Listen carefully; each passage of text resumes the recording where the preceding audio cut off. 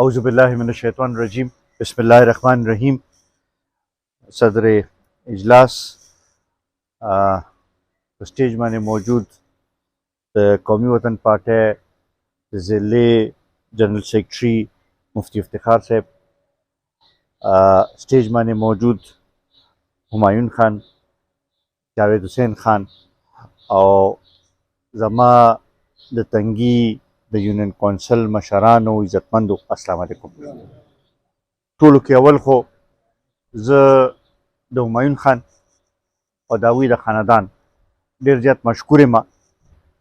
چې هغوی یو ځل بیا فعال کردار ادا کولو اراده یې وکړه او هغه څه لږ ډېر خفګان چې راغلی و هغه یو طرف ته کو او د پارټۍ د وسیع تر مفاد کې د علاقې د وسیع تر مفاد کې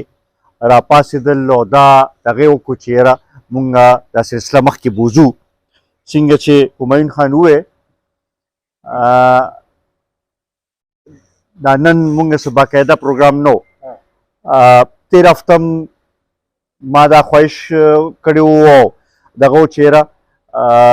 زه به راشم او همایون خان سره به لږ کینو، هسې به په دې حالاتو به هم لږ خبرې وکړو، لږ سلا مشاورت به هم وکړو. خو تېر هفته چونکې د دې بچی بیمار و او هغه هسپتال کې و، نو هغې د وجې نه هغه مونږ لیټ کړو او نن هم مونږ دا مطلب و چې راشو دلته کې کینو. دا خو زموږ خپل ځای دی، زموږ خپل کور دی او په دې حوالې سره مونږ وایو چې دلته کې راشو، د همایون خان شکریه هم ادا کړو، ستاسو هم شکریه ادا کړو او بیا داسې یو لایحه هم جوړ کړو چې آینده لپاره دا تنګي یونین کونسل چې دی او د دې دا درې ویلیج کونسلې چې دي چې دا مونږ داسې مضبوطې کړو چې دلته کې دویمه خبره پکې بیا نه وي. او په دغې حوالې سره تېر یو دوه هفتې مخکې دلته کې میټینګ شوی و، څه ملګرو څه مشاورت پکې کړی و او څه دغه شي و، خو اوس هغې له باقاعده یو شکل ورکولو دغه دی. بیا ورسره زمونږ دا خواهش هم دی چې مشرله یو ښه پروګرام هم په تنګي کې وکړو، لږ یو څو ورځې چې دا ګرمي لږ راکمه شي نو چې تنګي په سطح باندې یو ښه پروګرام وکړو. د هغې لپاره هم مونږ وایو چې لږ صلاح او مشاورت وکړو. زما خو به دا خواهش به مې وي چې څومره زر کېدای شي تنګي کې دا پروګرام وشي. د هغې لپاره به د یونین کونسل تنظیم چې دی او سره به همایون خان به هم شي چې دوی له یو ځای هم خوښ کړي چې کوم ځای کې به باقاعده دا پروګرام دغه کوو به او بیا دې له کمیټۍ چې جوړ شي چې ویلیج کونسل په سطح باندې کمیټۍ جوړې کړو او باقاعده کور په کور کوڅه په کوڅه وګرځو او دعوت خلکو له ورکړو چې راشي او په دې پروګرام کې هغوی موږ سره شریک شي او دې نه موږ باقاعده یو آغاز د خپل د الیکشن د مهم چې دی هغه دلته کې وکړو. وروڼو که وګورو زما خیال دی اوس لږ ډېر فرق خلکو ته واضح شو. یو وخت و چې دا حلقه په PF 16 باندې مشهور وه او هغه وخت سره دا مره بې تحاشه کارونه دلته کې شي وو چې د ټولې صوبې نه به خلکو وایي چې یاره مونږ له هلته کې راتله غواړو ځکه چې هلته کې کار ډېر زیات دغه کېږي. بیا د هغې نه پس ته که مونږ وګورو چې که هغه مشر ته په مرکز کې مکمله شوې ده نو هم دې حلقې له توجه ورکړې ده او د ګیس په شکل کې او نور داسې دغه په شکل کې لوی دلته کې کارونه دغه وشو. اوس خاص کر دا 15 کاله چې دی چې دې کې د یوې بلې پارټۍ دلته نه امیدوار کامیاب و، هم قومي کې هم صوبایي کې. د دې باوجود چې د هغوی مرکز کې حکومت او صوبې کې حکومت و هغه کم کارونه چې موږ شروع کړي هغه هم سرته ونه رسول. نو خلکو هغه فرق واضح محسوس کړو چې څوک کار کولی شي، څوک د علاقې لپاره ښه دي او څوک دا علاقه رستو ساتي یا پسمانده ساتي. په دې حوالې سره زما به دا درخواست چې دا پیغام، دا خبره چې ده، دا موږ هر چا ته ورسوو. که وګورو نو دلته کې که روزګار هم ورکړی شوی دی، نو هغه مشر په دور کې ورکړی شوی دی، د هغوی په لاس باندې، د هغوی په همت سره، د هغوی په کوشش نه څه ورکړی شوی دی. ترقۍ کارونه د هغوی په وخت کې شوي دي. نو دا خبره خلکو ذهن ته رسول غواړي. بیا خاص کر زمونږ چې دا کم ځوانان دي هغوی په دې خبرې باندې پوهول پکار دي. دلته مشران موجود دي، دوی ته د تنګي حال د نن نه 30 کاله او 40 کاله مخکې معلوم دی، د میرې حال ورته معلوم دی،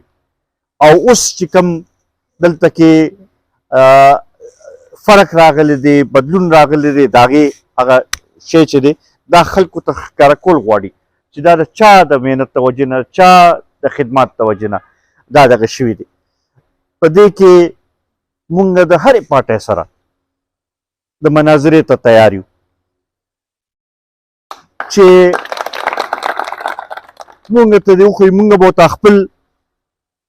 کارکردګي، د خپل کم خدمات چې دي هغه به ورته مخامخ کېدو او هغوی هم دې راشي، هغوی دې خپل وښیي. زما خیال فرق په ډېر زیات واضح ښکاره شي. حکومتونه نور هم دلته کې تېر شوي،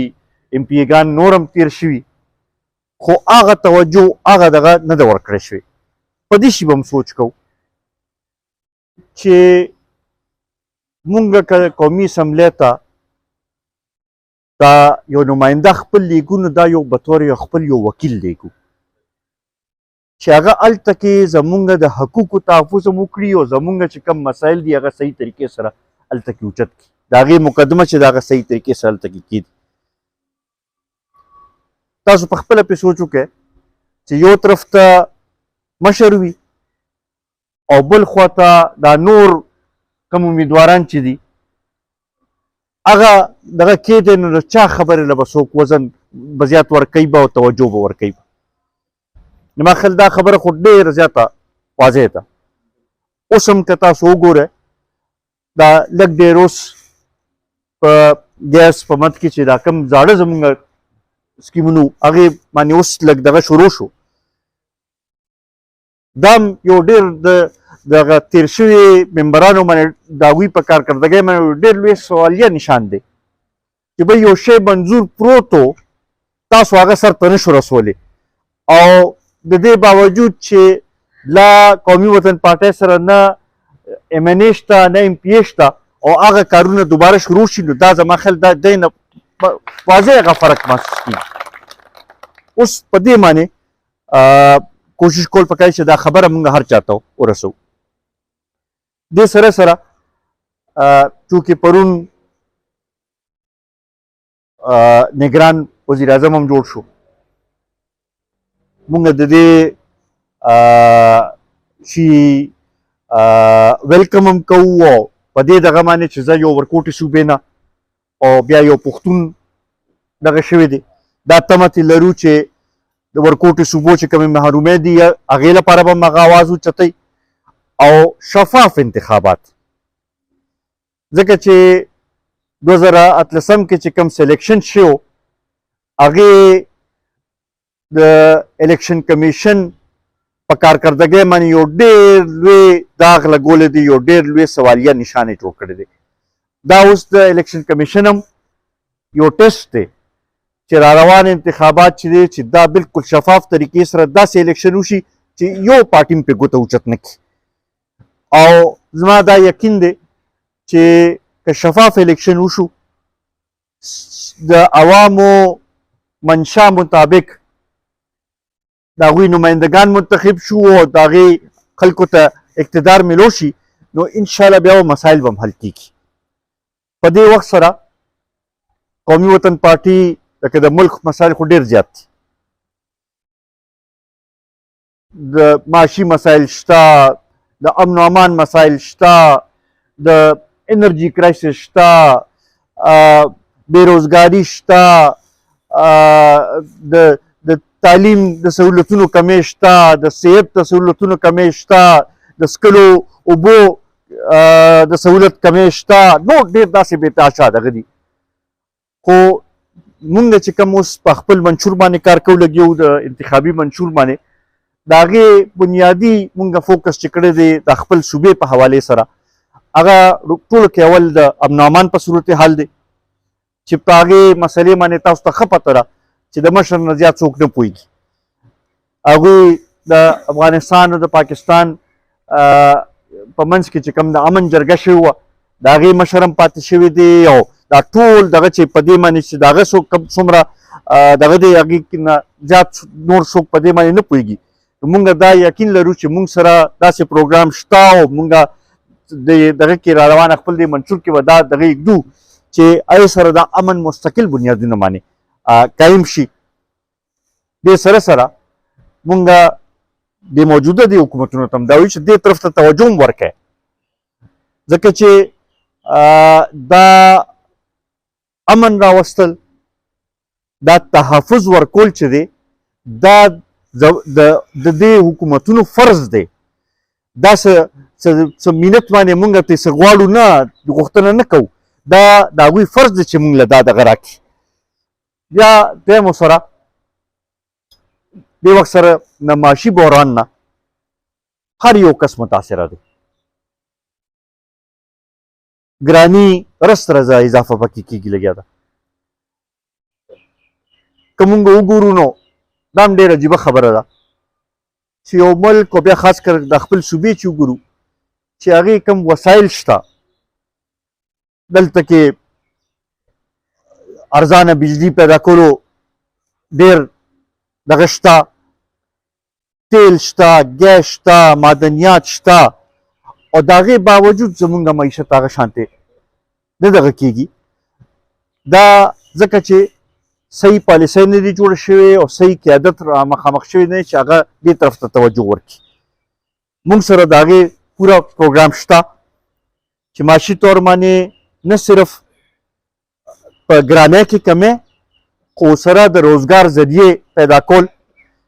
خصوصا په زراعت په حوالې سره د معدنیات په حوالې سره هغې سره ریلیټډ انډسټري چې دی هغه جوړول چې د هغې سره روزګار خلکو لپاره روزګار مواقع جوړې شي هغه د 50 لکه نورو چې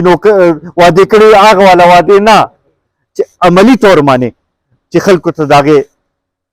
فایده ورسي نو دغې باندې په توجه ورکوو به ورسره د انرژي کرایسس د بجلی چې کوم بحران دی د تیلو چې کوم بحران دی د ګیس چې کوم بحران دی هغې لپاره موږ سره پوره یو دغه شته او انشاءالله داسې دغه به کوو چې هغې کې به که موږ ته موقع میلو شوه دغه شو نو دغه به کوو چې بجلی ارزانه بجلی او د هغې سره چې پیداوار هم زیات شي چې زمونږ دا مسایل چې دي چې دا حل شي نه صرف د قیمت کې کمی راشي نه صرف چې خلکو ته سهولت میلاو شي بلکې د هغې دا وولټیج پوره کېدل او دغه چې دی چې دا ټول سیسټم هم چې ټیک شي دغې باندې توجه ورکولو ضرورت دی او دې باندې به مونږ زیات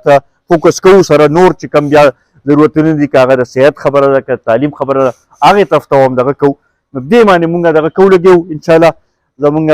منشور به هم زر ته زره دغه شي او هغه به بیا مونږ ټول قوم مخامخ ږدو به او انشاءالله په هغې باندې به ستاسو په وساطت سره عمل به کوو به او دا سلسله به مخکې بوځو نو په دغې حوالې سره زه ستاسو یو ځل بیا مشکور یم